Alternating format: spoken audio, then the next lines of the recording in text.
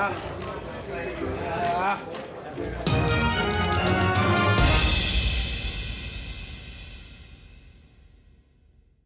it looks like Terence Bud Crawford should return in December. Opponent still being worked on, and I want to talk about it. What up, Fight World? It's your boy Ego, and I'm back with some more boxing. Make sure you smash the like button. Also, subscribe to the channel for the latest and greatest in boxing. If you want to become part of the gang, notification gang, please hit the bell icon. Shout out to the super chats, channel donations, the Venmo donations, and the Patreon family. We working. Now, Bob Arum spilled the beans, and he says December 14th is a target date that they're looking for the return of Terence Bud Crawford, and it would probably be at Madison Square Garden. The opponent is not known at this moment, but it looks like the WBO is probably going to call Terence Crawford to face his mandatory, and that's Aegis Kavalauskas. And that's probably AKA Mean Machine. You know, at one time, I think he was training with Robert Garcia. I don't know who his trainer is now. And this is the last fight Terence Crawford has had since the Amir Khan fight. And I'm still kind of upset about the Amir Khan fight because I feel like right when it was getting good, you know, Amir Khan kind of looked for a way out, if you will. And he took it. He said he got low blowed and the event ended. And I really wanted to see how a more traditional ending, especially on pay-per-view. That was the ESPN pay-per-view. And I don't really think that really benefited Terence Crawford because the card so far, you know, they had Shakur Stevenson on the card and Teofimo. And you get to the main event, first round knockdown, and the action starts getting pretty good. And then it ends in that fashion. So I can't blame Crawford for it, but, you know, I'm still upset with Khan. And I think that's why Khan kind of came back real quick and was going to fight that dude in Pakistan or wherever. And then he got injured, so it got messed up, and he ended up fighting Billy Dibb, which was farcical. But this will be Crawford's return. They're talking about putting Mick Connellan and Carl Frampton, two Irish fighters, on the card to help build it. New York has just in case you were wondering, New York has a pretty big Irish population in or around, you know, on the East Coast in that area. So that makes sense. Aegis Kavalauskas, he has power. I think he's from Lithuania. I don't really see him fucking with Terence Crawford, but anytime you're a puncher, maybe it could be interesting. But I've seen some recent fights from Aegis. I just don't see him having what it takes to beat a guy like Crawford. Crawford has too many tools. And, you know, we'll have to see how it plays out because I will say this, though. This is the year, the underdog year, the upset. And we've seen some crazy shit happen. J-Rock, people thought he was going to get steamrolled by Hurd. Andy Ruiz, people thought he was going to get steamrolled by Joshua.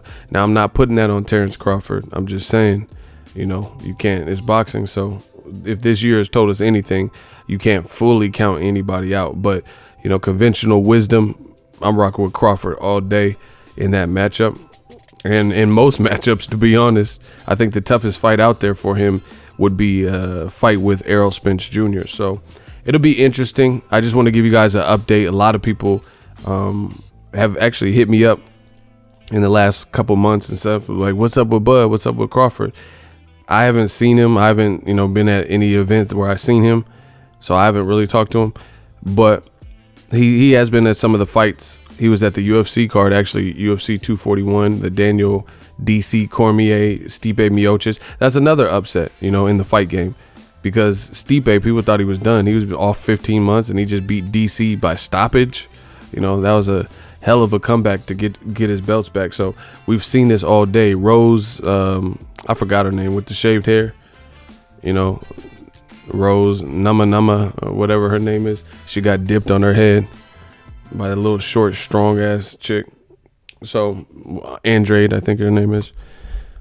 We'll have to see how it all plays out. For now, Terence Crawford was on Joe Rogan. I've seen clips. I haven't had time to just watch it straight through, but I've seen some of it. He was giving Deontay Wilder props and said Wilder came out of nowhere and had cracks. You know, just they were talking about how strong Wilder was.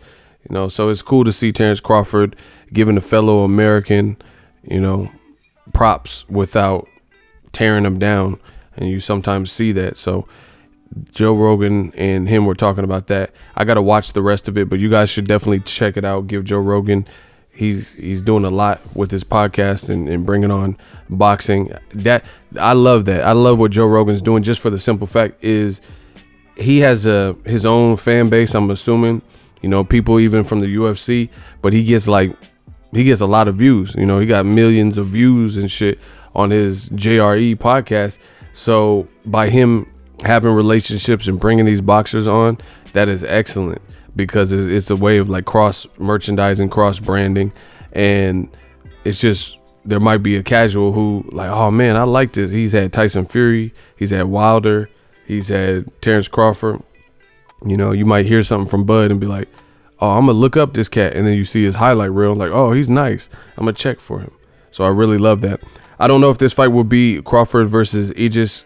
I'm pretty sure it's gonna be Aegis, because I don't know who else it'll be. It's not gonna be Errol Spence, it's not gonna be Sean Porter. Pacquiao said he's not coming back for the rest of the year. Keith Thurman, he playing the flute. He said he ain't coming back for the rest of the year. So who would it be? I doubt it's another Al Heyman fighter. Broner's fighting Ivan Redcash. Devin Alexander lost. Danny Garcia, but they've already tried to, I guess, send an offer that went nowhere. So realistically, I believe it will be his mandatory. And, that's the justification for it. So it is what it is. Let me know what you guys think. But December 14th is the targeted date. It's always good to see Bud fight. I thought, to me, I thought they were going to put this in Omaha. I don't know if Crawford's getting to the point where he already knows he has Nebraska on lock, and he has like Lincoln and Omaha on lock. So he might want to just branch out for his brand. I don't know the final decision why, because I thought it was going to be in Omaha, but now it's looking like New York. So it might be another strategic thing, or it could be because you have 2 Irish fighters on it as well. So for that reason, I would say New York is probably a better location than Nebraska. And it could be, like I said, Terence Crawford already he can go back home and fight. And there's not hella shit to do out there in Nebraska from what I've seen. So when Crawford fights, it's a big deal. So they already have that territory on lock. People will support. So it could just be an effort to mix it up, give New York and Vegas and different things a chance to see him. You know what I think would be wise of Top Rank? This is just my own opinion. They don't have to listen to me or whatever. I can't remember Terence Crawford having a major fight in LA. Why? Terence Crawford, like that Bank Stadium or whatever it's called, the new stadium that they just fought the other day, the Navarrete just fought there. Why not have Crawford go there? Or wherever Lomachenko Corolla was. That was at the Staples Center. That's where I think Crawford, he would do good there, just because we're talking about kind of like you're not too far from Hollywood and you're in SoCal. Good weather. It's more of a place, like a destination. There's a lot of stuff to do for fight week, so you can be in town for the actual fight, but there's good shopping, good restaurants and food, stuff like that. I have no idea. They brought him to Vegas. Obviously, they've done the Nebraska thing, and he fights in New York. For the life of me, I have no idea why Top Rank hasn't explored LA for Crawford, especially like Jose Benavidez versus Crawford. You could have put that there, if you're trying to expand and get him out of just fighting in Omaha.